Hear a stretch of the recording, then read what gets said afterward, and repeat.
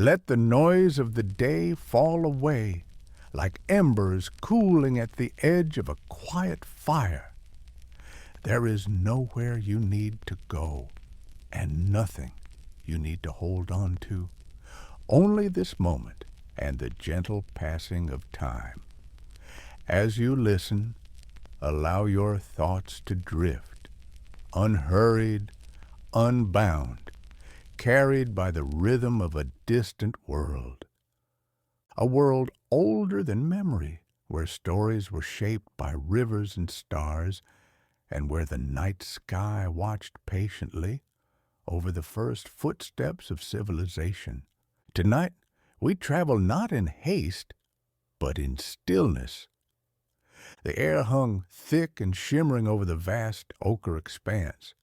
It was a land bleached by an unyielding sun, where the very earth seemed to sigh and surrender to the arid embrace. Dust, fine as powdered bone, coated every surface, a testament to the relentless power of the elements that shaped this domain.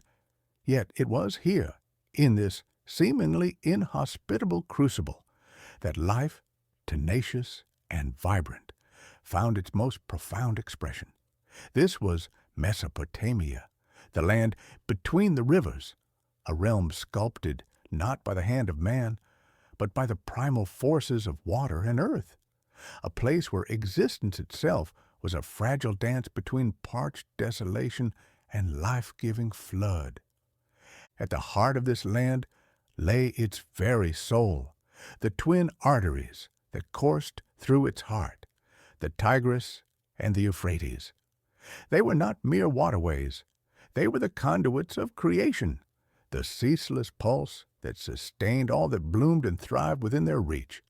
Imagine them not as placid streams, but as powerful, untamed forces, their waters swollen by the snowmelt from distant, unseen mountains. The Tigris, known for its ferocity, thundered through its course, its currents swift and unpredictable, a wild spirit carving its path with relentless energy. The Euphrates, broader and more languid, offered a gentler yet equally vital flow, its waters a promise of sustenance for the thirsty soil. These rivers, in their majestic passage, did not merely flow. They shaped the very contours of the world around them. With each seasonal surge, they deposited a rich, dark silt, a benevolent overflow that transformed the surrounding arid plains into a fertile tapestry. This was the legendary Fertile Crescent, a verdant ribbon unfurling amidst the starkness of the desert, a stark and breathtaking contrast. Here, the harsh, desiccating winds that scoured the Gobi or the Arabian deserts were tempered by the moisture-laden air that rose from the river's embrace. The land, once a canvas of cracked earth and sparse scrub, was reborn, painted anew each year with the vibrant hues of green. The murmur of these rivers was the constant underlying symphony of this nascent world. It was a sound that permeated every waking moment, a lullaby for the newborn civilization. It spoke of life, of growth, of the cyclical renewal that governed existence. To the early peoples who ventured into this land, drawn by the undeniable promise of abundance, this murmur was more than just the sound of flowing water. It was the voice of possibility, the whispered invitation to settle, to sow, to build. They saw in the rivers not just a source of drink, but the very essence of life itself, a divine gift that held the power to nurture and to destroy, to grant bounty or to unleash devastation. Picture the scene. The sun, a molten orb, beating down upon the plains, its rays fracturing into a dazzling haze that danced above the horizon. The air, thick with the scent of sun-baked earth and the faint, sweet perfume of unseen blossoms, carried the distant cries of birds and the lowing of livestock. and always beneath it all, the ceaseless rhythmic song of the rivers. It was a sound that became imprinted on the very soul of the land, a primal frequency that resonated with the deepest instincts of the human heart. Here, on the banks of these life-giving waterways, the earliest human settlements began to take root, not as grand pronouncements, but as humble, determined assertions of existence. These were not the sprawling metropolises of later ages, but small, clustered communities, their dwellings fashioned from the readily available reeds and mud. Imagine the fragility of these structures, yet their resilience, mirroring the very people who built them. They were born of necessity, yet imbued with a profound understanding of their environment. The confluence of life was not merely a geographical phenomenon. It was a spiritual and existential one. The very act of settling by the rivers was an act of faith, an acknowledgement of their power. It was a commitment to live in harmony with the rhythms of nature, to understand the subtle language of the floods, the seasons, and the stars. The rivers were not just highways of trade and irrigation. They were the cradles of culture, the well springs of myth and belief. The shimmering heat haze rising from the plains was not just a visual distortion, it was a veil hinting at the unseen forces that governed this land. The murmur of water was not just the sound of a flowing river. It was the heartbeat of a world awakening.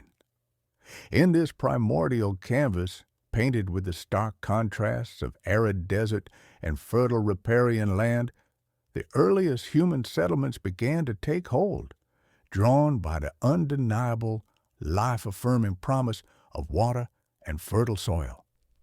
This was the dawn, not just of agriculture, but of human civilization itself, a testament to the enduring power of life to find its footing, even in the most challenging of landscapes.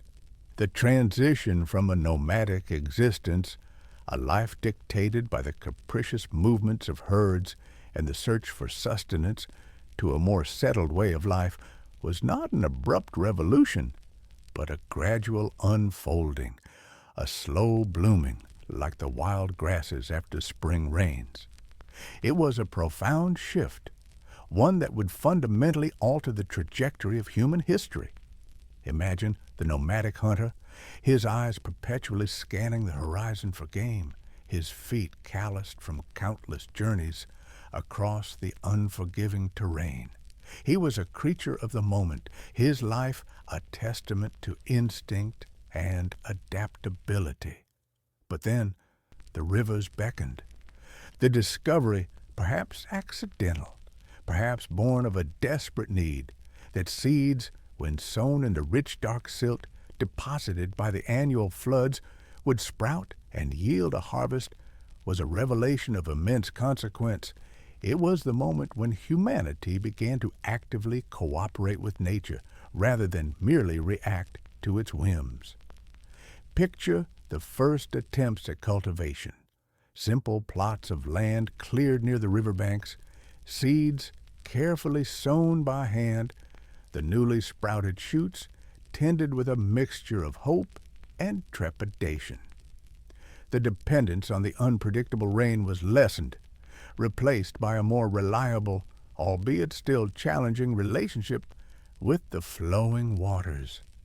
These early settlements, clustered along the riverine arteries, were more than just collections of dwellings. They were nascent communities. The reed huts, simple and functional, began to be arranged with a certain order, perhaps around a central fire pit or a shared well. These gathering spaces became the crucibles of social interaction, where stories were shared, skills were taught, and the collective wisdom of the group was passed down. The rhythm of daily life became increasingly tied to the agricultural cycle. planting in the spring, tending the crops through the summer, and harvesting in the autumn. The intimacy with the land fostered by this settled life was unlike anything experienced by the nomadic ancestors. Every furrow plowed, every seed sown, every drop of water channeled was a deliberate act of engagement. The people learned to read the subtle signs of the earth, to understand the nuances of the soil, and to anticipate the moods of the rivers. This intimate connection fostered a deep sense of belonging, a rootedness that had been absent in the transient existence of the wanderer. They were no longer simply passing through. They were becoming of this place. The very act of building a home, a structure that endured beyond a single season, was an act of defiance against the transience of nature. These were not grand edifices, but simple, yet significant structures that offered shelter and a sense of permanence. The communal effort required to construct even a small village fostered cooperation and interdependence. Tasks that were once individual endeavors, like finding food or shelter, now became shared responsibilities, weaving a stronger social fabric. The dawning sense of place and belonging was a powerful force. The riverbanks became sacred ground, the fields a testament to human effort, and the village a sanctuary. This newfound connection to the land and to each other laid the foundational stones for organized society. It was a slow, organic process, driven by the practical needs of survival and the innate human desire for community and security. The murmuring rivers, once a mere soundtrack to existence, now became the very heartbeat of a burgeoning civilization, a constant reminder of the life-giving power that had drawn them to this land and sustained their growing communities. The earliest spiritual inclinations of Mesopotamian peoples were not born from abstract theological debates or grand philosophical treatises, but from the visceral, awe-inspiring experiences of their daily lives, lived in intimate proximity to the powerful forces of nature.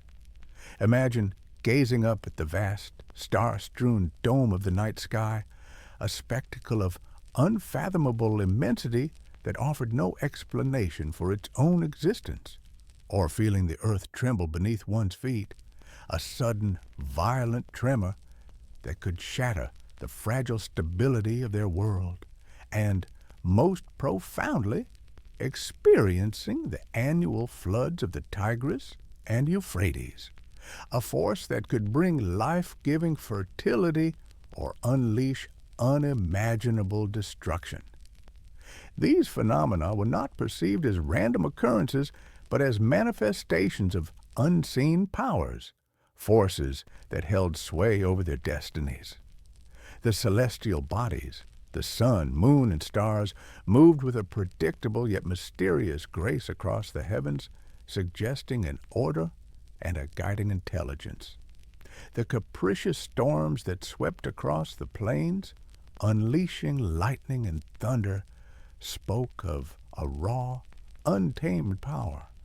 And the rivers, the lifeblood of their existence, with their cycles of bounty and devastation, were perhaps the most potent symbols of divine influence. The awe and wonder directed toward these natural forces were deeply intertwined with primal fear. The unpredictable nature of floods, the ferocity of storms, the vastness of the cosmos. These were elements that humbled the nascent human spirit, reminding them of their own vulnerability. This sense of humility, this acknowledgement of forces beyond their control, was the fertile ground upon which their early beliefs began to take root.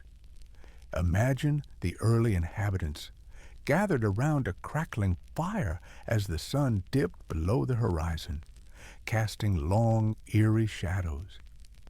They would look up at the flickering flames and then at the impenetrable darkness beyond, their imaginations conjuring spirits and deities that inhabited the unseen realms. The rustling of leaves in the wind might be interpreted as the whisper of a god, the sudden appearance of a wild animal as a divine messenger, and the bounty of a successful harvest as a sign of divine favor. These early forms of worship were likely rudimentary, characterized by a deep-seated need to appease the unseen forces that govern their lives. Offerings of food, drink, and precious objects were made not out of abstract devotion, but out of a practical desire to ensure good fortune and ward off disaster.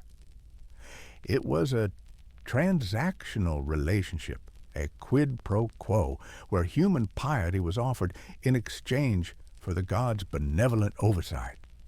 There was a palpable sense of dependence, a recognition that their very survival was intricately woven into the favor of these powerful, often inscrutable beings. The divine was not a distant concept confined to temples or sacred groves. It was intrinsically woven into the very fabric of the natural world. The trees that provided shade and sustenance, the animals that roamed the plains, the very earth that yielded its bounty, all were seen as imbued with a spiritual essence. This worldview fostered a profound sense of interconnectedness, a belief that humanity was not separate from, but an integral part of, a larger, divinely animated cosmos. The concept of a singular, all-powerful deity was likely a distant notion. Instead, their spiritual landscape was populated by a pantheon of spirits and forces, each associated with specific aspects of nature or human life. There might be a spirit of the river, a spirit of the hearth, a spirit of the harvest, each to be appeased and honored in its own way. This was a worldview shaped by immediate experience, by the tangible realities of their environment, and by the deep, instinctive human need to find meaning and order in a world that often seemed chaotic and unpredictable.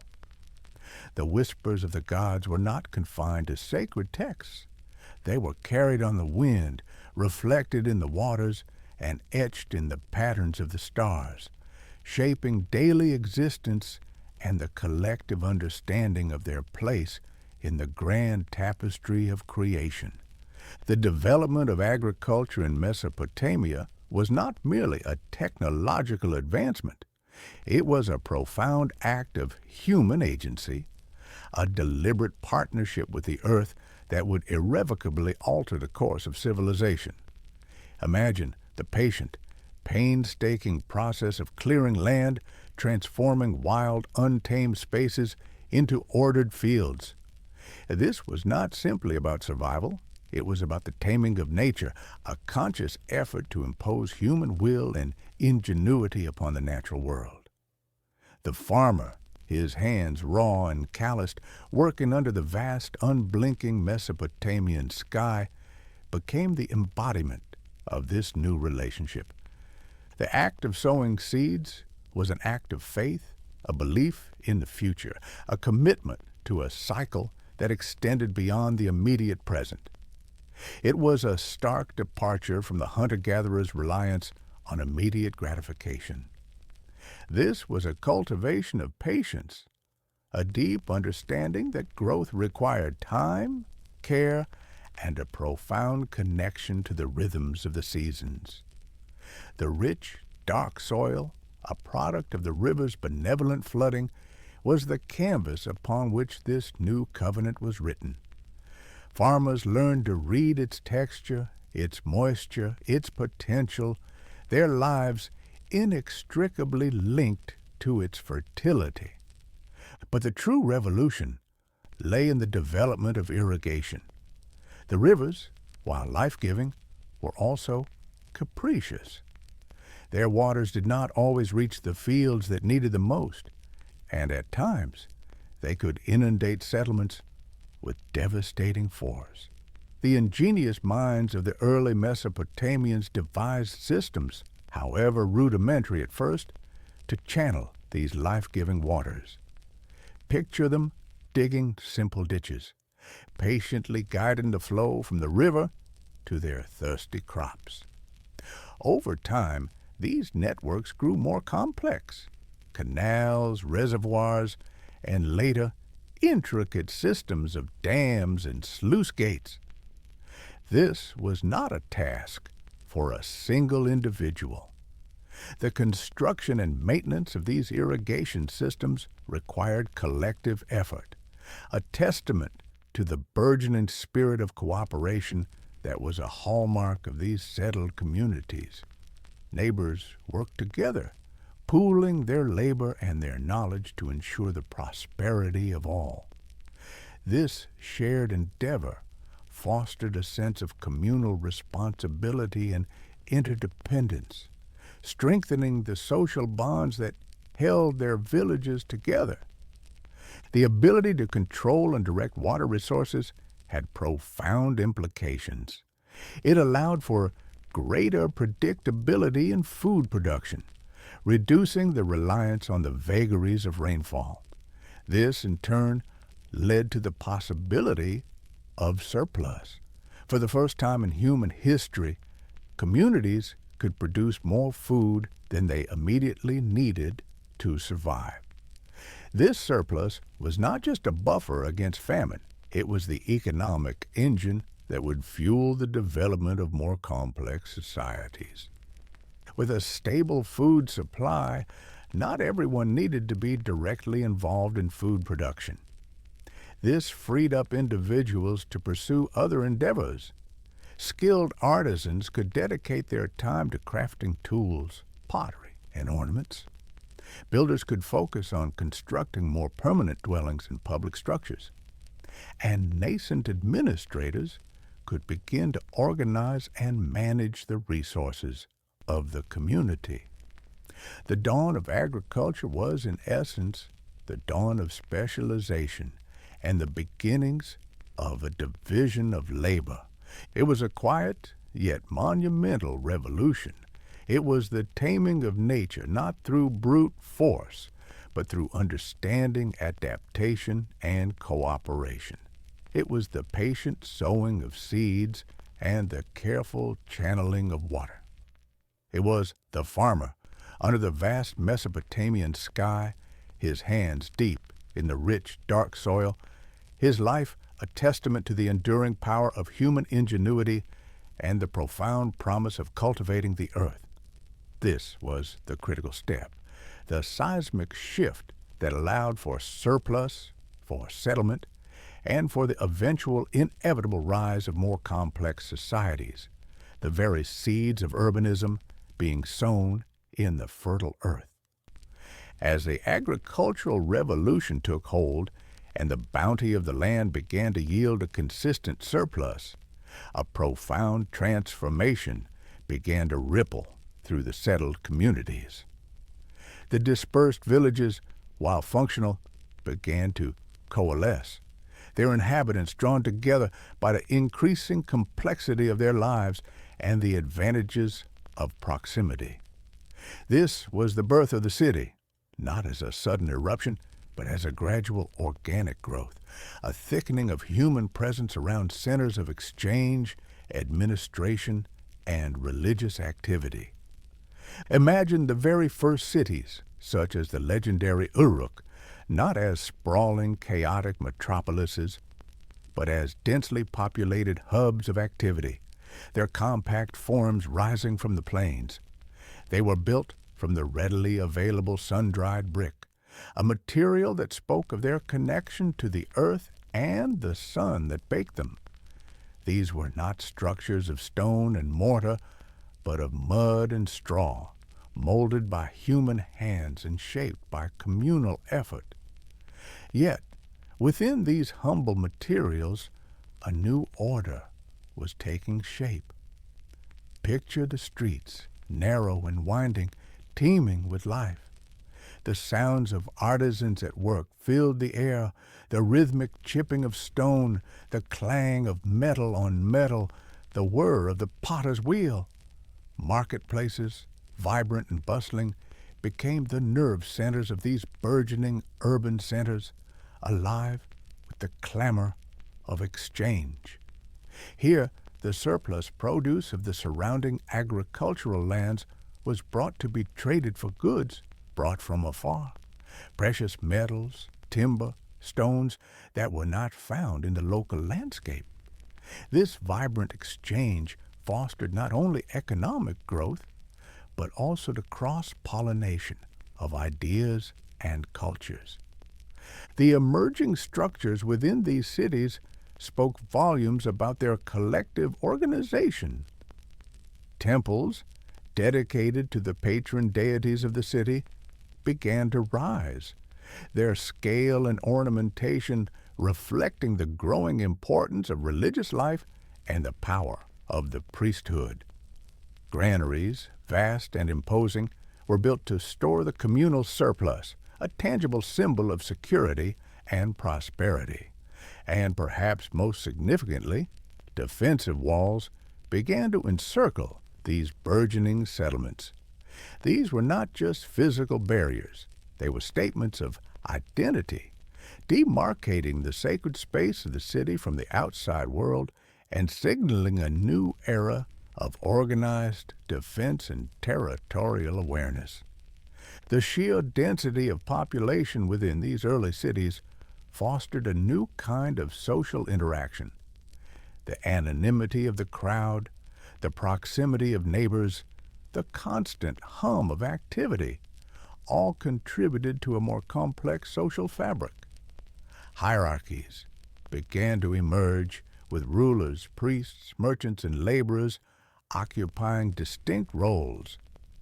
The need for governance and regulation became paramount, leading to the development of more sophisticated systems of administration and, eventually, the codification of laws. These urban centers were not just places of residence, they were crucibles of innovation. The concentration of people and resources facilitated the exchange of knowledge and the development of new technologies.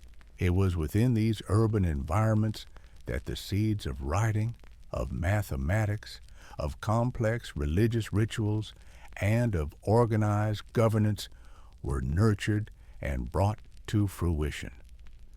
The emergence of these first cities was a significant leap in human history. It marked a transition from scattered agrarian communities to more concentrated, organized, and interdependent societies. It was where human ingenuity and cooperation began to manifest in a more concentrated and visible form, laying the groundwork for the grand civilizations that would follow. Uruk, and others like it, were not merely collections of buildings, they were living, breathing entities, the vibrant heartbeats of a world awakening to its own potential, the dawn of urbanism, a testament to humanity's innate drive to build, to connect, and to create order from the fertile chaos of existence. The air, heavy with the scent of damp earth and the distant perfume of unseen desert blooms, held a new quietude. It was a stillness born not of emptiness, but of patient anticipation. The restless wanderer, whose life had been a constant rhythmic movement dictated by the herds and the seasons, began to pause. The riverbanks, once merely transient resting places, now beckoned with an insistent, life-affirming promise. It was here, in the gentle embrace of the Tigris and Euphrates, that a profound shift began to unfold, a gradual settling into the land that would forever change the human story. Imagine the transition not as a sudden, decisive break from the past, but as a slow, almost imperceptible unfolding like the gradual unfurling of a fern frond in the morning sun. The nomadic instinct, honed over millennia, did not vanish overnight. It lingered in the watchful eyes, the sure-footed gait, and the deep understanding of the wild.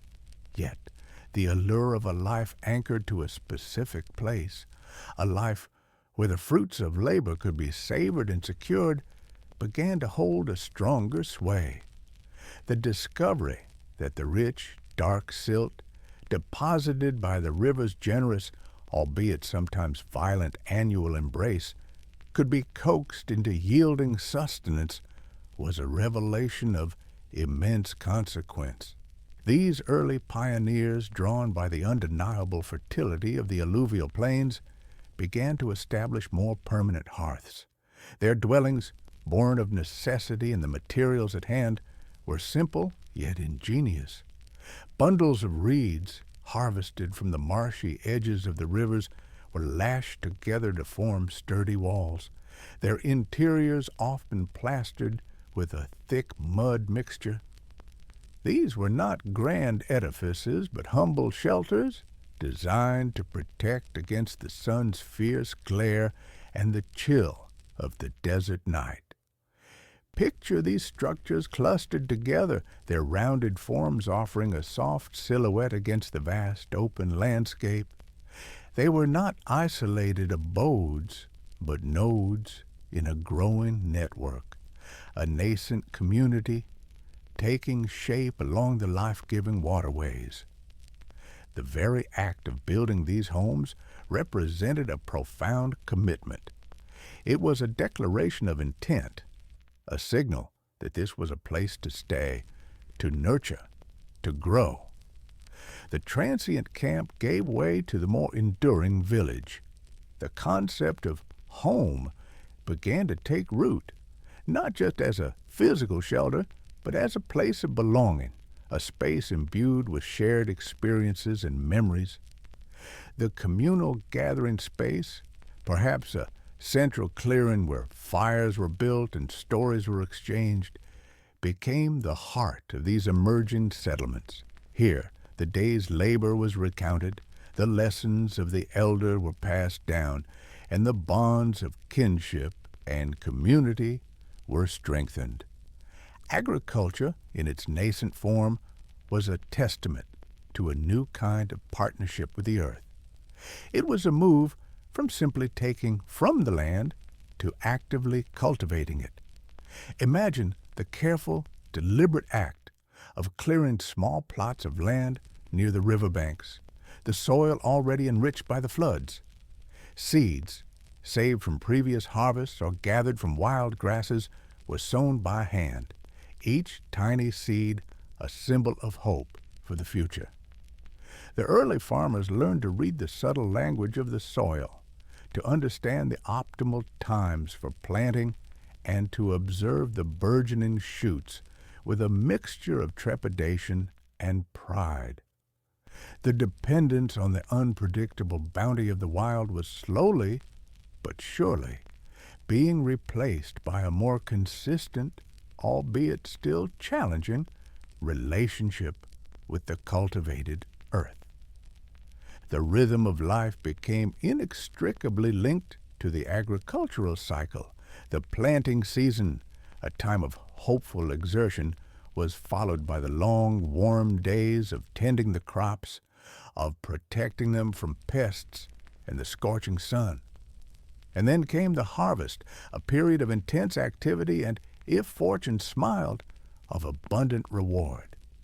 This cyclical rhythm, dictated by the earth and the rivers, brought a sense of order and predictability to human existence, a stark contrast to the often chaotic uncertainties of a purely nomadic life. This intimate connection with the land fostered a deep sense of rootedness. The people became attuned to the subtle shifts in the environment, the changing patterns of the wind, the specific scent of the soil after rain, the telltale signs of an approaching flood.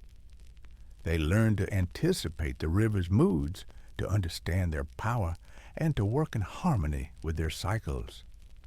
This was not merely a practical knowledge, it was a worldview shaped by direct experience, a profound understanding of their place within the larger tapestry of the natural world.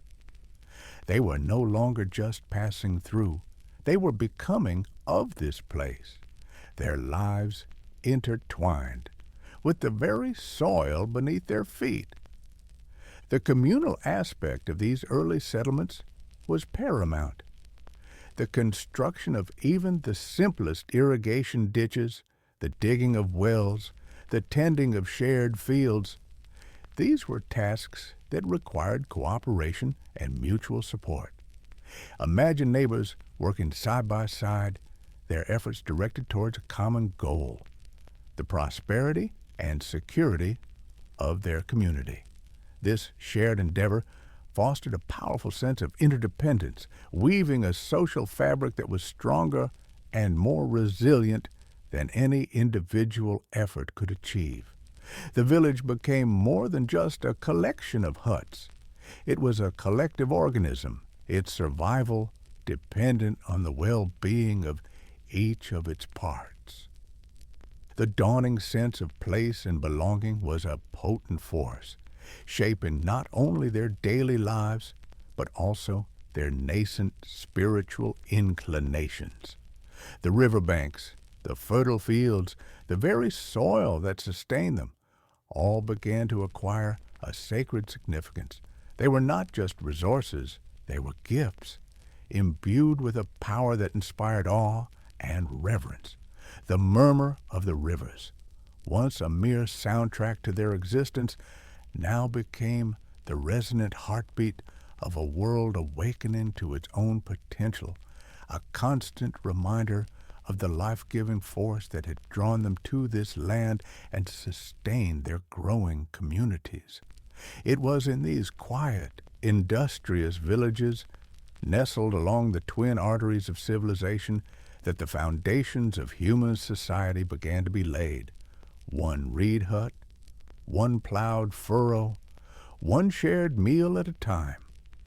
The world was, in essence, awakening, and the first human footprints were slowly but surely etching themselves into its fertile soil. The transition from nomadic existence to settled village life was more than just a change in dwelling. It was a fundamental alteration in humanity's relationship with the world. The hunter, accustomed to the vast open plains and the fleeting presence of game, now found his gaze fixed on a more intimate, yet equally challenging landscape, the cultivated field.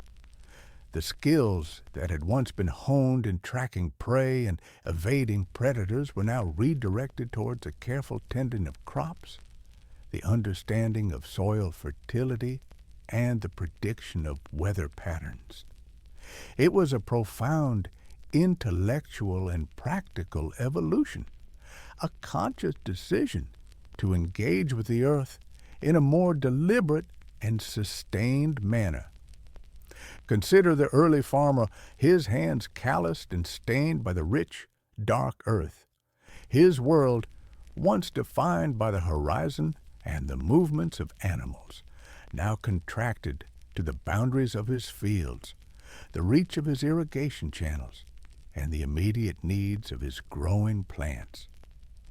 This intimacy with the soil was a new experience. He learned its textures, its moisture retention capabilities, its responses to different methods of cultivation. The earth was no longer a passive backdrop to his existence, but an active partner, a source of both sustenance and challenge. This partnership demanded patience, observation, and a deep respect for the natural processes at play. The development of basic agricultural tools marked a significant step in this newfound relationship. Simple digging sticks, fashioned from hardened wood, evolved into more sophisticated plows, initially pulled by humans and later by domesticated animals. These tools allowed for the preparation of larger areas of land and deeper cultivation, increasing the potential yield. The grinding stones, used to process grains into flour, became essential implements in the daily life of the village, their rhythmic use a constant reminder of the labor involved in transforming raw produce into sustenance. The challenge of water management became a central concern. While the rivers provided the essential lifeblood for agriculture, their unpredictable nature posed significant risks. The annual floods, while depositing life-giving silt, could also devastate newly sown fields or inundate settlements. Conversely, during drier periods, the river's flow could diminish, leaving crops parched. This necessity spurred innovation. The digging of rudimentary ditches and canals to divert water from the rivers to the fields was a crucial early step. These were not grand engineering feats, but humble channels, patiently dug and maintained, that allowed for a more controlled and predictable supply of water. The communal effort required to construct and maintain these irrigation systems was a powerful catalyst for social cohesion. Imagine neighbors gathering, their efforts coordinated to clear silt from a canal or to reinforce a bank. This shared labor fostered a sense of collective responsibility and interdependence. The success of the harvest was no longer solely an individual endeavor, but a testament to the community's ability to work together. This shared purpose strengthened social bonds and laid the groundwork for more complex forms of organization. The surplus of food, a direct consequence of successful agriculture and irrigation, was a revolutionary development. For the first time, communities could produce more food than was immediately required for survival. This surplus acted as a vital buffer against famine, providing security in uncertain times. More importantly, it freed up a portion of the population from the relentless demands of food production. This liberation allowed for specialization. Individuals could begin to devote their time and energy to other pursuits, such as crafting tools, weaving textiles, or developing new techniques. The emergence of specialized crafts was a natural outgrowth of settled life and agricultural surplus. Potters, skilled in working with clay, began to fashion vessels for storing grain, water, and other essential goods. Weavers, using fibers from plants or wool from domesticated animals, created textiles for clothing and shelter. Tool makers, experimenting with stone, bone, and eventually metal, produced implements that improved efficiency in agriculture and other tasks. These artisans, no longer solely dependent on subsistence farming, contributed to the growing complexity and richness of village life. The concept of trade, initially on a small local scale, began to emerge as a consequence of specialization. Communities that excelled in producing certain goods could exchange their surplus with neighboring villages for items they lacked. This early form of commerce fostered interaction and interdependence between different settlements, laying the groundwork for broader networks of exchange that would characterize the developing Mesopotamian civilization. The villages themselves began to take on a more defined character. While still constructed from local materials, their layout may have become more organized, with dwellings arranged in a pattern that reflected social relationships or functional needs. Perhaps certain areas were designated for craft production, while others were reserved for communal activities.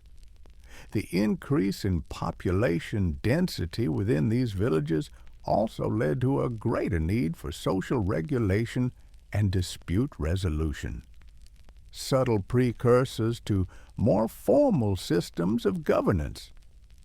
The very act of living in a settled community fostered a more complex social dynamic. Proximity brought individuals into more frequent contact, leading to the development of more nuanced social structures. Relationships were no longer solely defined by immediate family ties, but also by shared living space, common labor, and mutual dependence. Hierarchies, however simple at first, began to emerge based on age, experience, or skill.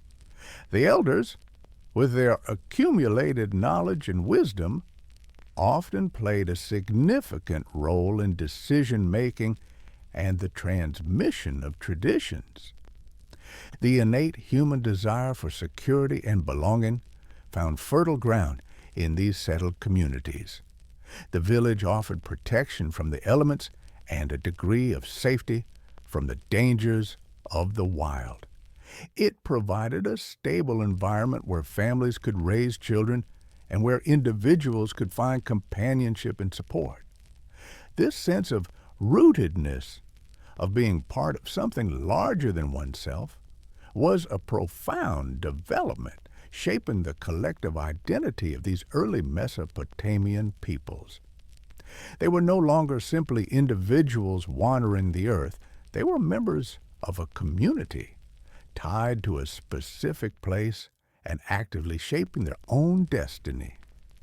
The first footprints were not just physical marks upon the land, but the indelible imprints of human ingenuity, cooperation, and a dawning consciousness of place and purpose. In these humble villages, nestled by the life-giving rivers, the seeds of civilization were sown, not in grand pronouncements, but in the quiet, persistent rhythm of daily life, a testament to the enduring power of humanity, to adapt, to build, and to find meaning in the embrace of the land. The world, once a wild and untamed expanse, was slowly but surely being shaped by the hands and hearts of its first settled inhabitants. Their lives, a quiet symphony played out against the backdrop of the twin rivers. The stillness that settled upon the alluvial plains was not merely an absence of noise. It was a profound hush, a deep breath taken by land poised on the cusp of becoming. As the early communities found their footing along the banks of the Tigris and Euphrates, their lives became intricately entwined with the rhythms of their environment. The sun that rose each morning, painting the sky with hues of rose and gold, was not just a source of light. It was a potent force, a celestial eye that governed the warmth of the day and the growth of their crops. The moon, a silent sentinel in the velvet expanse of night, waxed and waned, a gentle counterpoint to the sun's fiery reign, its phases seemingly influencing the tides of the rivers and the cycles of life. Imagine the awe that must have accompanied the first clear nights when the heavens unfurled in their breathtaking star-dusted glory. The sheer immensity of the cosmos, the countless pinpricks of light scattered across an infinite darkness, would have been a source of both wonder and a touch of primal fear. These celestial bodies, so distant yet so present, were perceived as powerful entities, their movements not random, but imbued with meaning. The sun, in its relentless journey across the sky, became a symbol of life, energy, and ultimate power. Its warmth was essential for their survival, coaxing life from the earth, and its heat could also be a formidable adversary, parching the land and testing their resilience. This duality of the sun, its life-giving benevolence, and its potentially destructive intensity, surely informed their earliest conceptions of divine forces. And then there was the moon. Its silvery luminescence offered a gentler illumination, a softer guidance through the nocturnal hours. Its changing phases, from the slender crescent to the full radiant orb, mirrored the cycles of growth and decay they observed in the natural world. It was a celestial clock, marking the passage of time in a way that felt more organic, more connected to the rhythms of their own lives. The tides, though perhaps less pronounced in these riverine settings than in the open sea, still felt its influence, a subtle pull that hinted at a hidden connection between the heavens and the earth. The rivers themselves, the lifeblood of this nascent civilization, were objects of profound reverence. They were not merely waterways, they were capricious deities, sources of both unparalleled bounty and devastating destruction.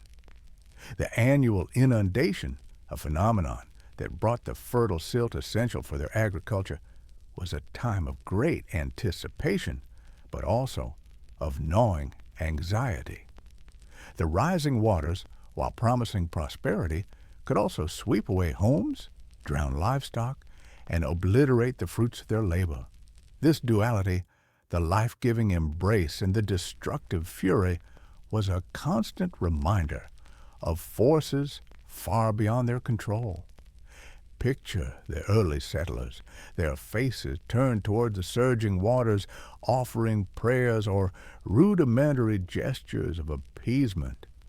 They would have sought to understand the river's moods, to decipher the subtle signs that might herald a gentle flood or a catastrophic deluge. The sheer power of the water, its ability to shape the landscape and dictate the terms of their survival, would have fostered a deep respect, a recognition of a primal force that demanded acknowledgement. It was in these moments, standing at the edge of the surging currents, that the seeds of their spiritual beliefs were most deeply sown. The earth itself, the very ground upon which they built their homes and from which they drew their sustenance, was also imbued with a sacred quality. The rich, dark soil, so fecund and life-sustaining, was a constant source of wonder. It was the mother of all things, the giver of life, from which sprang the grains that fed them and the reeds that built their shelters. The process of cultivation, the act of sowing seeds and nurturing them into abundance, was a form of communion with this generative earth. Each sprout pushing through the soil was a miracle, a testament to the vital energy inherent in the land. The bounty of the harvest, the culmination of their labor, and the earth's generosity was a cause for profound celebration. It was a tangible manifestation of the blessings they received, a time to give thanks for the sustenance that secured their future. This gratitude, however, was often intertwined with a sense of obligation. They understood that this abundance was not guaranteed, and that they were dependent on forces greater than themselves. This led to early forms of ritual, simple acts of offering or thanks aimed at maintaining the favor of the unseen powers that governed their world. These early spiritual inclinations were not yet codified in grand temples or elaborate theological doctrines. They were more akin to whispers in the wind, instincts born of observation and necessity. The world was alive with spirits, with unseen forces that influenced every aspect of their lives. The rustling of the reeds, the cry of a distant bird, the rumble of thunder, all could be interpreted as messages or manifestations of these divine powers. Their understanding of the world was animistic, a belief that natural objects and phenomena possessed a spirit or consciousness. The concept of appeasement likely played a significant role in these early beliefs. If the rivers could flood and destroy, then perhaps a gift, a carefully chosen offering, might persuade them to remain benevolent. If the sun could scorch the earth, perhaps a gesture of respect might temper its ferocity. These were not necessarily acts of worship in the modern sense, but rather pragmatic attempts to navigate a world perceived as governed by potent, often unpredictable entities. Imagine the elders of the village, their faces weathered by the sun, and their eyes holding the wisdom of generations. They would have been the custodians of this nascent spiritual understanding, interpreting the signs of the natural world and guiding the community in its interactions with the divine. Their pronouncements, based on observation and tradition, would have carried significant weight, shaping the collective worldview and influencing the daily routines of the villagers. Storytelling would have been a crucial element, a way of passing down these understandings, weaving tales of the sky, the earth, and the waters, imbuing them with a sense of the sacred. The notion of a divine order, however rudimentary, began to take shape. The predictable cycles of the sun and moon, the annual ebb and flow of the rivers, the rhythm of the seasons, these were not random occurrences but indications of a larger ordered universe. This order was not necessarily benevolent. It was simply the way of things, a cosmic dance that humans were a part of and whose movements they sought to understand and, if possible, to influence. The creation of rudimentary idols or sacred objects may have begun during this period. These were not elaborate statues, but simple representations, perhaps of the life-given earth, the powerful sun, or the bountiful river. These objects would have served as focal points for prayer and ritual, tangible embodiments of the abstract forces they sought to connect with. A smooth stone found by the riverbank, a piece of clay molded into a rudimentary form, a collection of sacred herbs. These could all have served as early conduits to the divine. The fear of the unknown, the anxieties that arose from a world still largely untamed and unpredictable, would have been a powerful motivator for these early spiritual practices. The lurking dangers of the wild, the unpredictable nature of weather, the ever-present possibility of famine or disease, all contributed to a sense of vulnerability. Turning to unseen powers, seeking their protection and guidance, was a natural response to this vulnerability. It was a way of asserting a measure of control in a world that often seemed to defy it. The concept of sacrifice in its most basic form might also have emerged. The offering of a portion of the harvest, a prized animal, or a carefully crafted item was a way of demonstrating devotion and seeking favor. These were not acts of violence or cruelty, but rather gestures of reciprocity, an acknowledgement of the debt owed to the forces that sustain them. The very act of communal living fostered a shared spiritual experience.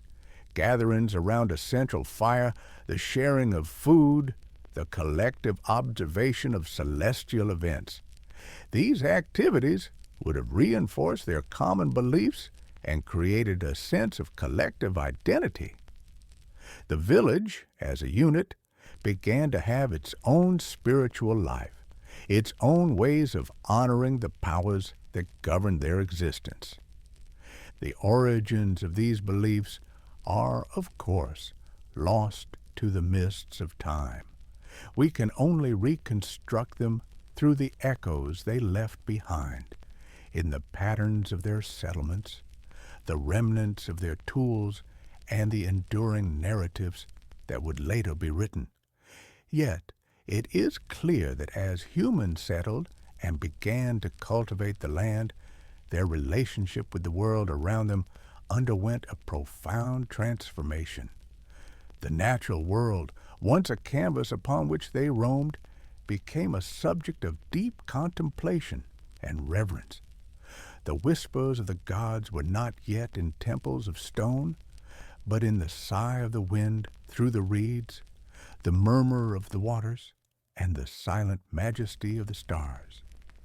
This intimate connection between the tangible world and the intangible divine was the very foundation upon which their understanding of life and of their place within it was built.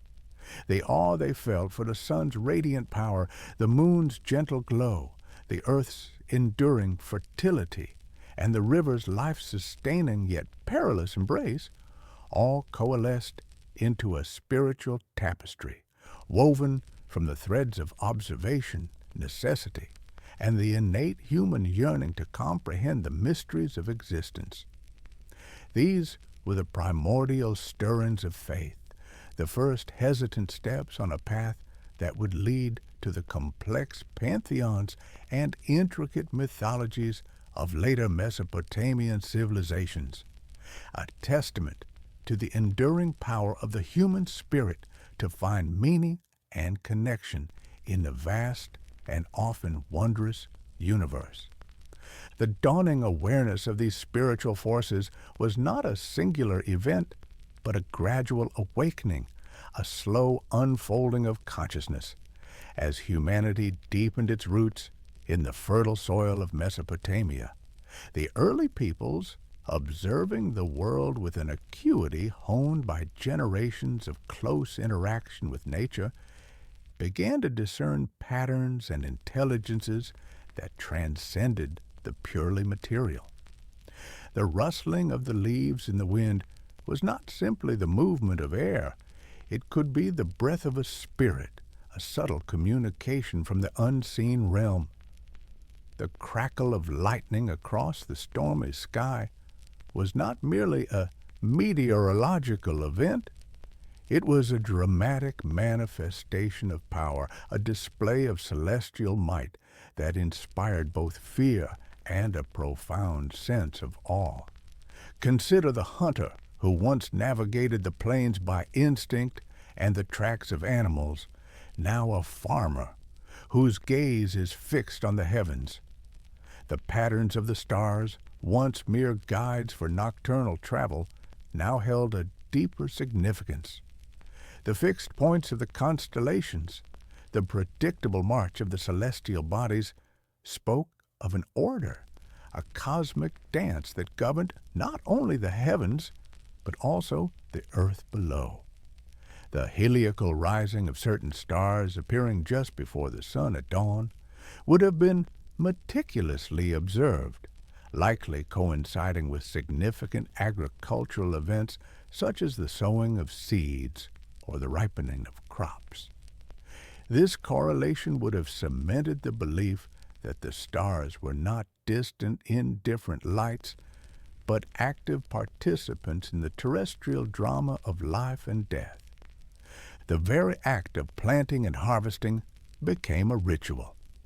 The seeds, placed with care into the earth, carried not just the promise of future sustenance, but the hope for divine favor. The harvest, when it came to fruition, was a communal act of thanksgiving, a moment to acknowledge the benevolent forces that had guided the growth and ensured the abundance. Offerings of the first fruits, or a portion of the most perfect grain, would have been made perhaps at a designated sacred spot. A prominent tree, a particular rock formation, or a specially prepared mound of earth. These were not grand sacrifices in the bloody sense, but rather symbolic gestures of gratitude, an acknowledgement that their success was a gift, not merely a reward for labor.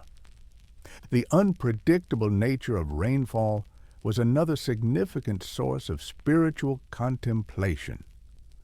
While the rivers provided a more consistent, albeit sometimes overwhelming water source, the rains were often sporadic and crucial for certain crops. a prolonged drought would have instilled a deep sense of anxiety, prompting communal prayers and rituals aimed at coaxing the clouds to release their life-giving moisture. Conversely, a sudden, torrential downpour after a dry spell would have been met with immense relief and gratitude, further reinforcing the belief in benevolent, responsive deities. The concept of fertility, so central to agriculture and the continuation of life, was deeply interwoven with their spiritual understanding. The earth's ability to yield abundant harvests, the women's capacity to bear children. These were seen as manifestations of a potent, life-giving force. This force, it was believed, could be nurtured and encouraged through rituals and prayers. Certain natural objects, particularly those that evoked images of abundance or regeneration, may have been imbued with special significance. Smooth, rounded stones, shells, or even certain types of plant life might have been considered sacred, embodying the principle of fertility. The boundaries between the human and the divine began to blur. The world was not divided into distinct realms of the sacred and the profane. Rather, the sacred permeated every aspect of existence. A particular grove of trees might be considered the dwelling place of a nature spirit. A spring might be revered as a source of healing waters blessed by a deity, and a towering mountain in the distance might be seen as the abode of a powerful, distant god. These sacred sites would have been treated with reverence, places where one approached with respect, perhaps to seek guidance or to leave an offering. The development of rudimentary language and storytelling played a crucial role in shaping and transmitting these early beliefs. Oral traditions would have emerged, recounting the exploits of mythical figures, explaining the origins of natural phenomena, and offering moral guidance. These stories, passed down from generation to generation around the communal fire, would have served to solidify a shared worldview, creating a sense of collective identity and purpose. They were the first mythologies, the earliest attempts to articulate the ineffable, to give form and narrative to the spiritual forces that govern their lives. The concept of divine intervention, the idea that the gods actively participated in human affairs, would have become increasingly prevalent. A particularly successful hunt, an unexpected recovery from illness, a fortunate turn of events, these would have been interpreted as direct blessings from the gods. Conversely, misfortune, crop failure, disease, or conflict would have been seen as signs of displeasure or as the work of malevolent forces. This belief system provided a framework for understanding both the good and the bad in life, offering a sense of order and accountability, even if that accountability was directed towards unseen powers. The notion of ritual purity, the idea that one must be in a state of spiritual cleanliness to approach the divine, likely began to emerge. Simple acts of washing or abstaining from certain foods or activities before engaging in sacred practices would have been introduced to signify respect and to ward off negative influences. This was not yet the complex system of purification found in later eras, but the nascent understanding that the physical and spiritual realms were interconnected, and that one's physical state could affect one's spiritual efficacy. The whispers of the gods were growing louder, coalescing from the myriad observations and experiences of these early Mesopotamians. They were not yet the thunderous pronouncements of powerful deities ruling from celestial palaces, but the subtle intimations of a world teeming with unseen forces, a world where the natural and the supernatural were inextricably linked. The fertile earth, the life-giving rivers, the celestial lights, all were imbued with a divine presence, a testament to the profound spiritual awakening that accompanied humanity's first steps toward civilization. This nascent worldview, forged in the crucible of their direct experience with the land and its cycles, would form the bedrock of their understanding of the cosmos, shaping their art, their social structures, and their enduring quest for meaning in a world that was both beautiful and terrifying. The very air they breathed seemed to carry the whispers of these ancient beliefs, a constant reminder that they were not alone, but part of a grander, divinely orchestrated existence. The quiet revolution that transformed the Mesopotamian landscape was not a sudden cataclysm, but a patient, deliberate unfolding. It began with the simple yet profound act of coaxing life from the earth in a more intentional way than ever before. For generations, communities had likely subsisted on the bounty of wild grains, gathering what nature freely offered. But the allure of stability, of a more predictable food source, began to draw them towards a more active partnership with the land. This was the dawn of agriculture, a pivotal moment that would irrevocably alter the trajectory of human history. The initial steps were arduous, demanding immense physical labor and an intimate understanding of the local flora. Imagine the earliest cultivators, not yet wielding sophisticated tools, their hands and simple sharpened sticks their primary instruments. The land, a mosaic of wild grasses, reeds, and perhaps scrubby bushes, needed to be tamed. This involved clearing areas of dense vegetation, a painstaking process of uprooting, cutting, and burning. The fires, while clearing the ground, would have also released valuable nutrients back into the soil, a natural fertilization that perhaps further encouraged their efforts. It was a delicate balance, this interaction with the wild. Too much clearing, and the soil might become exposed and vulnerable to erosion. Too little, and the precious space for cultivating desired crops would be insufficient. Once a patch of earth was prepared, the act of sowing became a ritual of hope. The grains, likely a variety of emmer wheat, barley, and perhaps lentils, would have been carefully selected and then scattered or dibbled into the soil. The timing of this sowing was paramount, dictated by the subtle cues of the seasons, the changing temperatures, and the memory of past harvests. It was an act of faith, entrusting these tiny seeds to the earth, praying for the right conditions for germination and growth. The early farmers were keen observers, their lives dedicated to understanding the intricate dance between seed, soil, sun, and water. They learned to read the land, to anticipate its needs and its responses. The challenges, however, were immense. The Mesopotamian climate, while offering periods of warmth and light, also presented extremes. The scorching summer sun could parch the nascent shoots, and the unpredictable, often violent storms could either deluge the fields or leave them parched. Without a reliable source of water beyond the vagaries of rainfall, the potential for agriculture remained limited.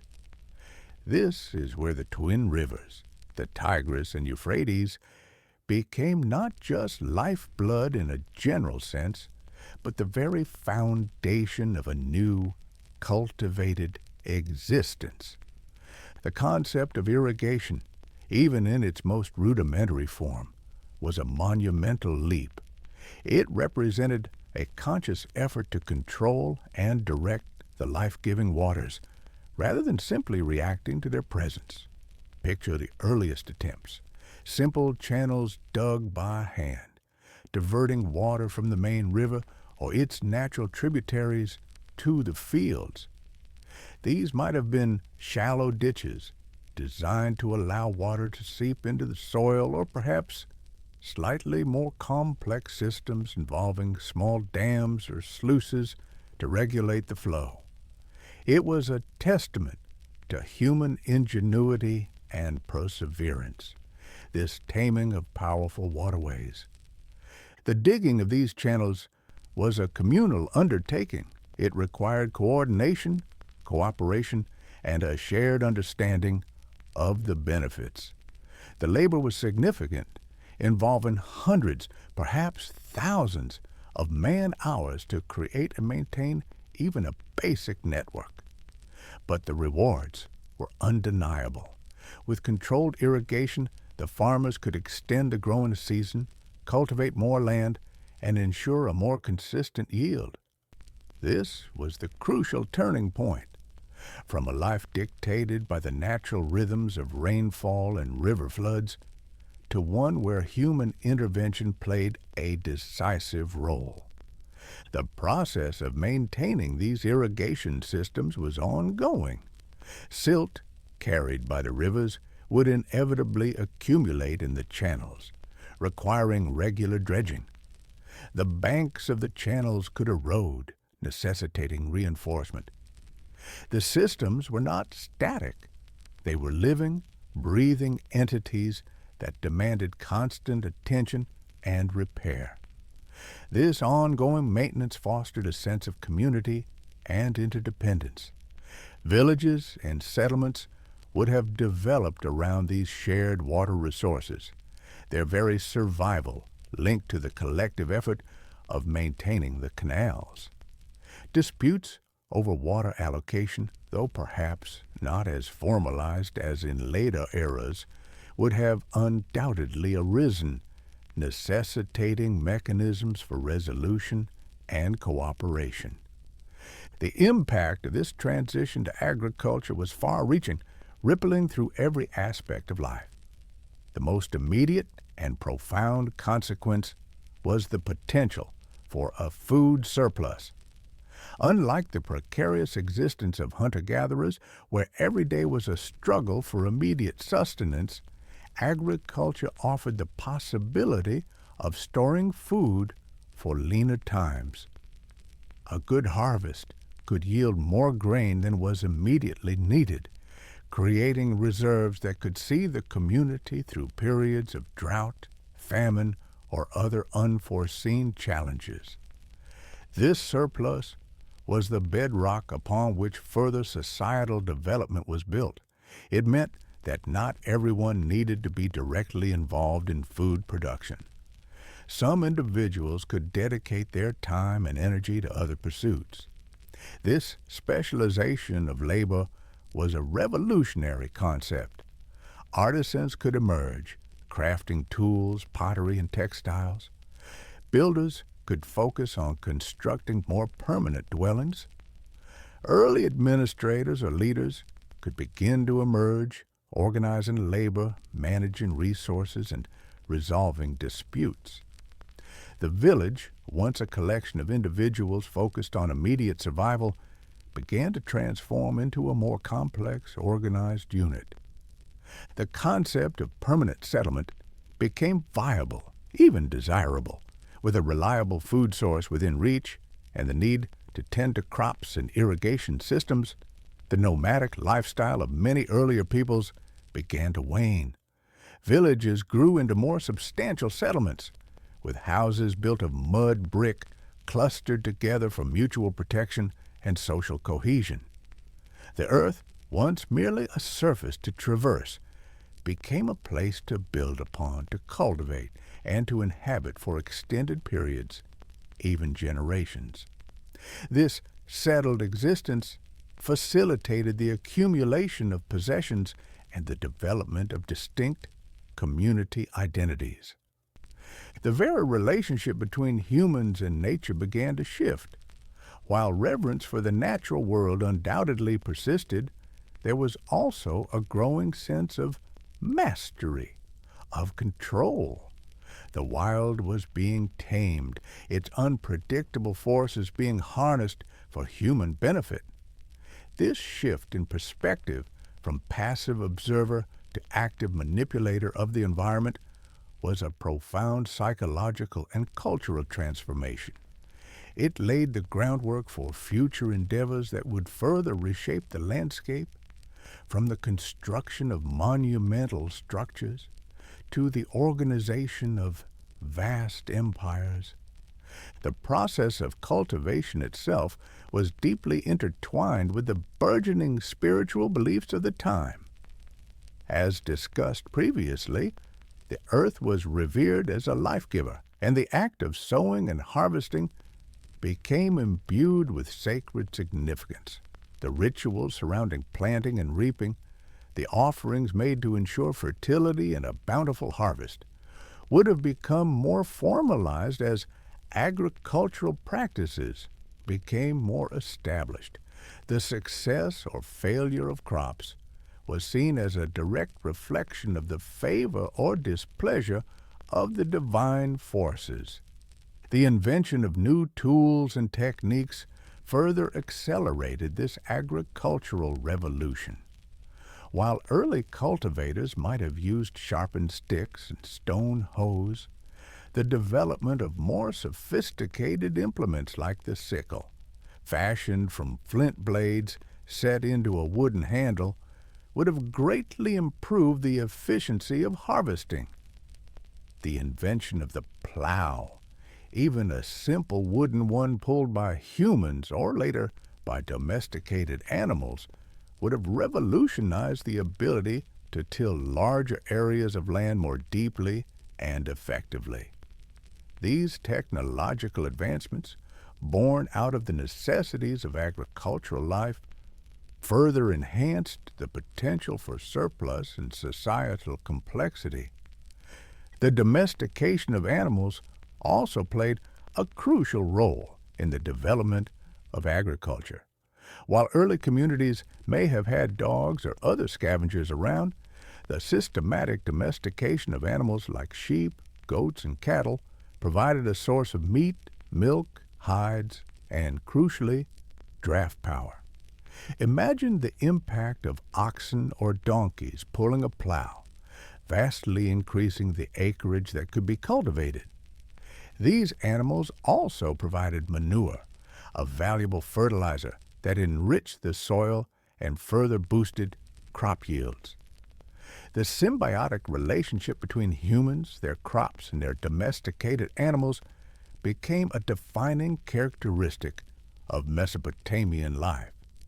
The settled nature of agricultural communities also fostered the development of more complex social structures.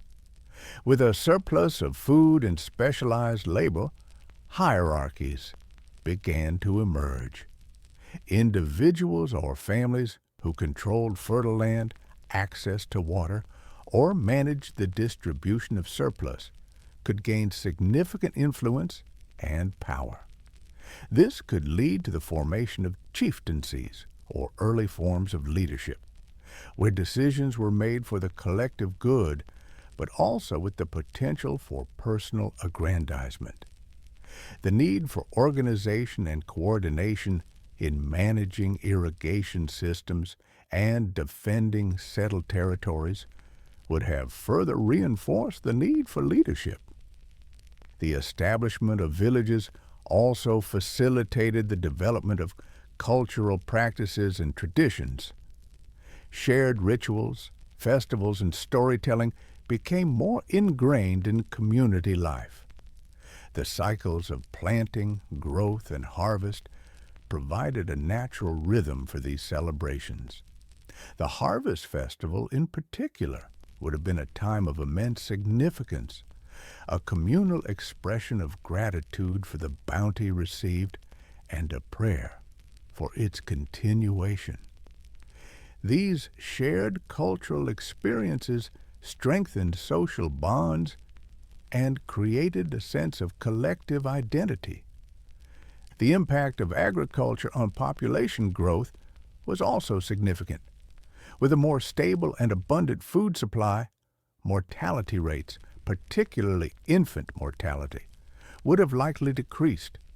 This, coupled with increased fertility due to better nutrition, would have led to a gradual but steady rise in population within these settled communities.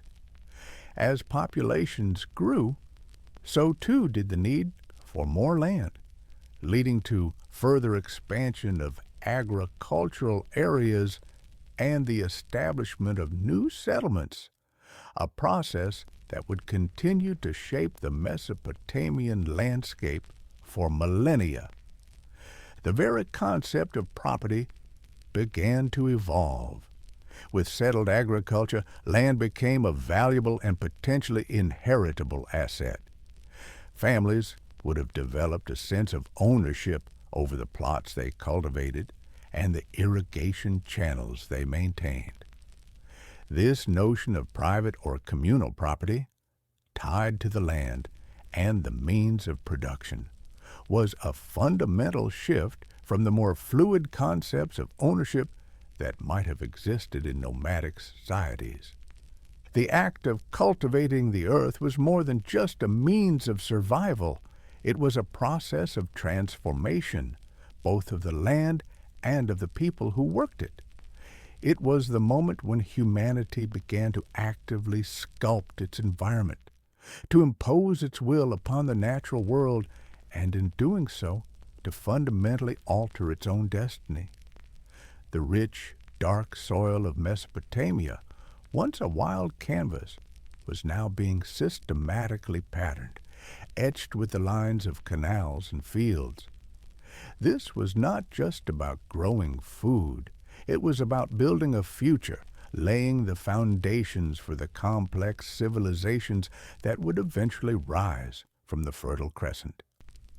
The patient hands in the soil were not just sowing seeds of grain. They were sowing the seeds of cities, of states, and of history itself. The whisper of the wind through the ripening barley fields carried not just the sound of nature, but the nascent hum of human endeavor, a symphony of cultivation that would echo through the ages. The agricultural revolution, with its promise of surplus and stability, was not merely about taming the land. It was about nurturing the very seeds of human civilization. As communities settled and grew, the need for more organized living spaces and centers of exchange became increasingly apparent. This burgeoning complexity found its ultimate expression in the rise of the first cities, nascent urban centers that would irrevocably alter the course of human history. Among these early bastions of organized human endeavor, Uruk stands as a monumental testament to this transformative period. It was not a city in the sprawling modern sense of the word, but rather a vibrant, densely packed nucleus of activity, a testament to what could be achieved when human ingenuity and cooperation coalesced. Imagine stepping into the early stages of Uruk, a place unlike any that had existed before. The dominant building material was sun-dried brick, the ubiquitous mud brick that still characterizes much of the region's vernacular architecture. These weren't the imposing stone edifices of later empires, but rather humble yet sturdy structures, erected with a collective purpose. The air would have thrummed with a constant, vibrant energy. Picture the din of artisans at work, the rhythmic tap, tap, tapping of hammers, shaping clay into pottery, the scraping of reeds being woven into mats and baskets, the sharp glint of flint being knapped into tools. Each sound was a testament to specialized skills, to individuals dedicating their lives to crafts that went beyond the immediate needs of sustenance. These were the early specialists, freed from the daily grind of agriculture by the surplus of food now being produced. The heart of these early urban centers was the marketplace. Here, The fruits of the land and the labor of the artisans converged. It was a chaotic symphony of sights, sounds, and smells.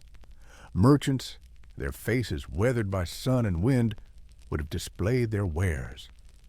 Bundles of grain, meticulously measured and bagged, sat alongside earthenware pots, both utilitarian and decorated.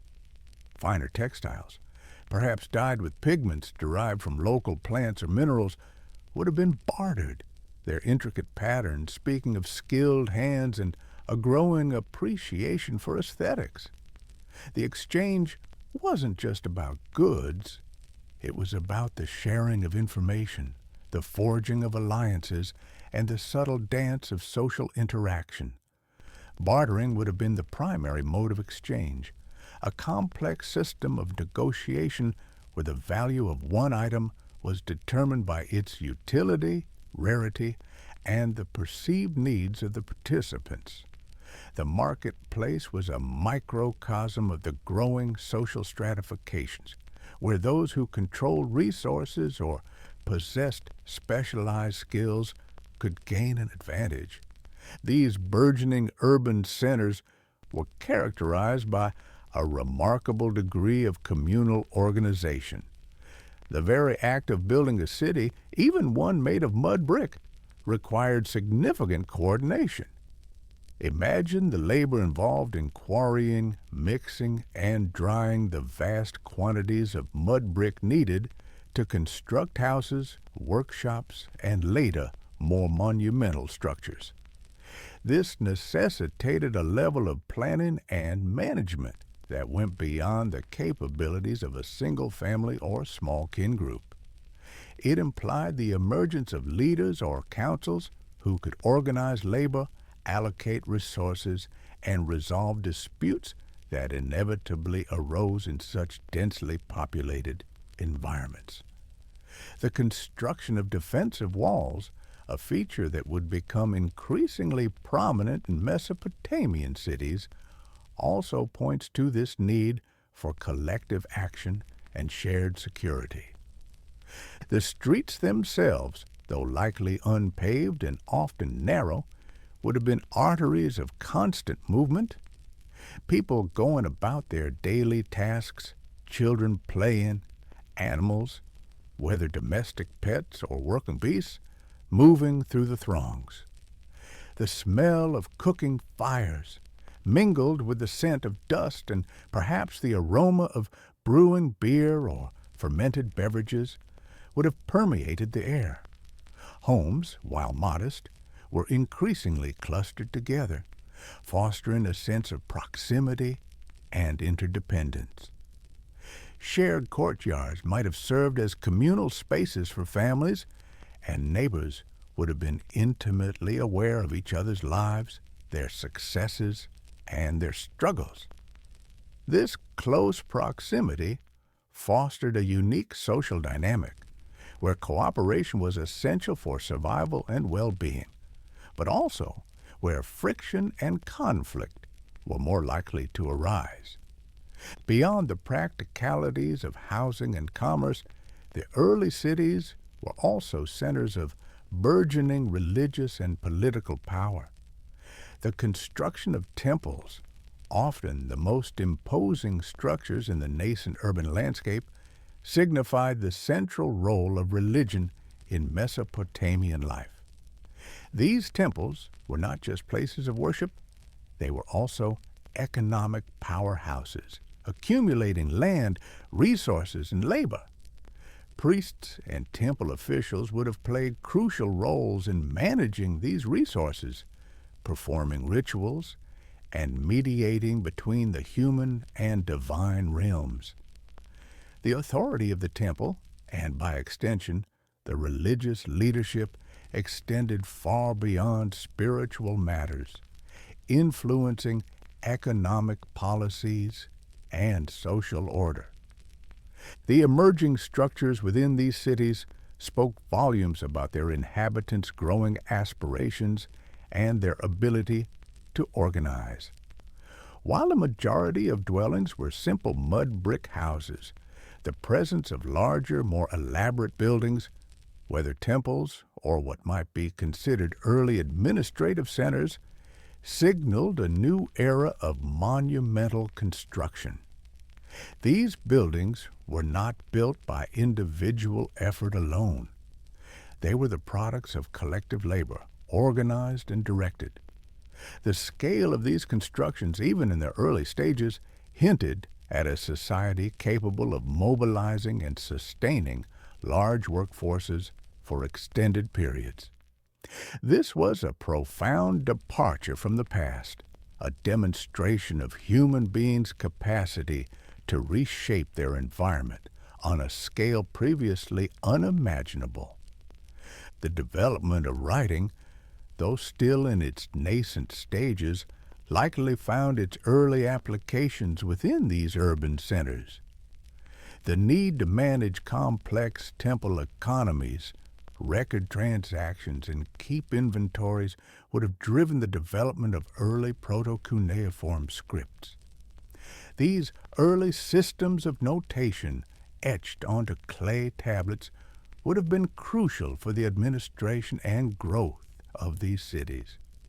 Imagine scribes, hunched over their work, meticulously recording the movement of grain, the allocation of labor, or the details of trade agreements. This administrative function of writing was indispensable to the functioning of a complex urban society. The emergence of Uruk and similar settlements was not a singular event, but a process that unfolded over centuries. It was a gradual accumulation of innovations and societal changes. The ability to harness the power of the rivers through sophisticated irrigation systems had laid the groundwork, providing a reliable food surplus.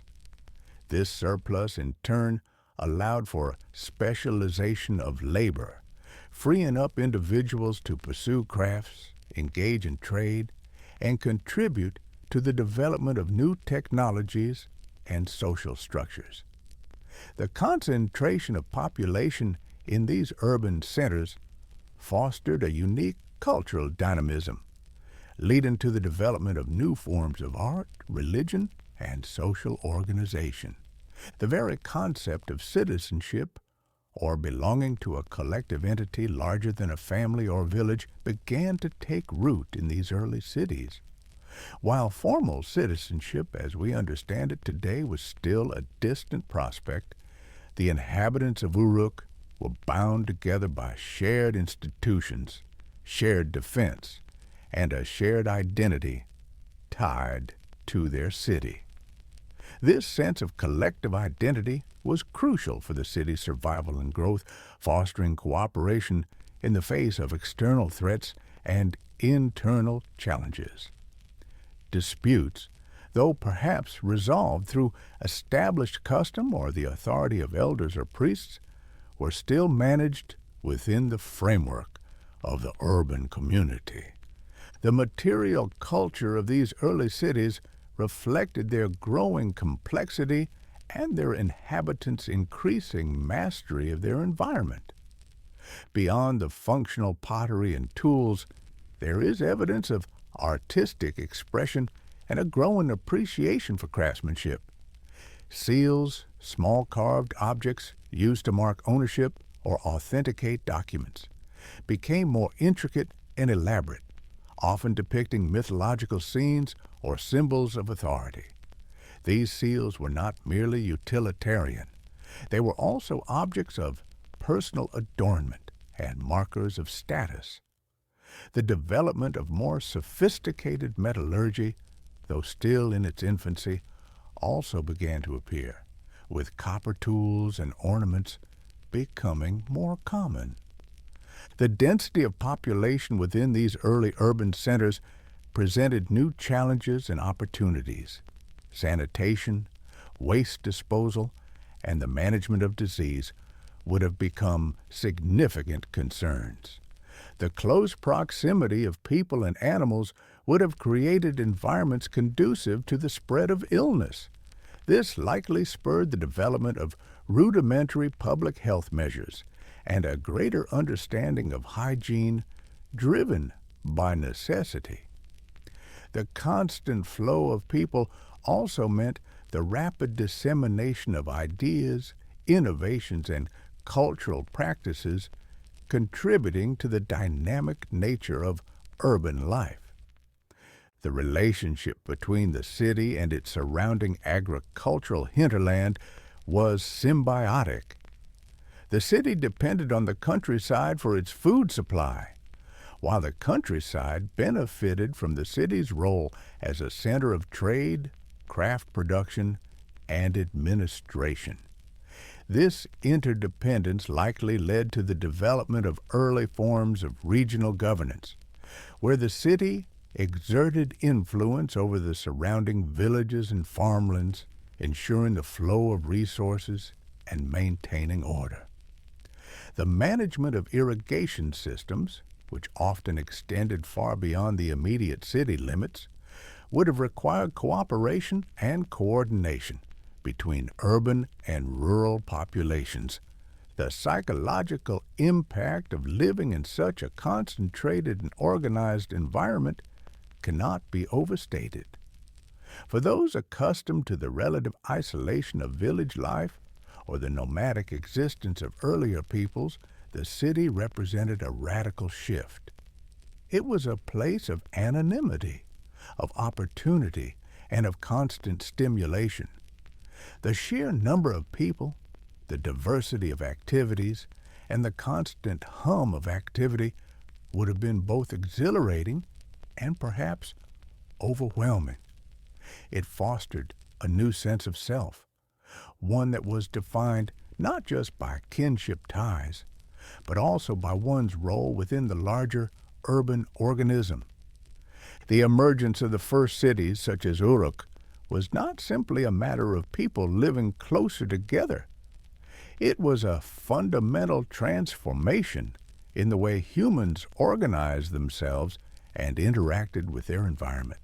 It marked a transition from a subsistence-based economy to one that was increasingly based on specialization, trade, and organized labor. It was a testament to human ingenuity, cooperation, and the capacity for complex social organization.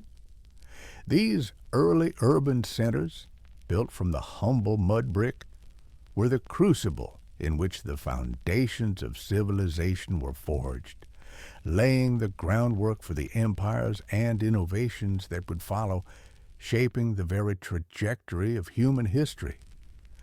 The dust that settled on the sun-dried bricks of Uruk was not just earth. It was the accumulated experience, ambition, and shared endeavor of humanity beginning to build its future. The marketplace buzzed with an energy that was more than just commerce. It was the pulse of a new era, an era of human concentration, organization, and aspiration. The temple spires rising above the rooftops pointed not just to the heavens, but to the collective aspirations of a people beginning to understand their capacity to shape their world.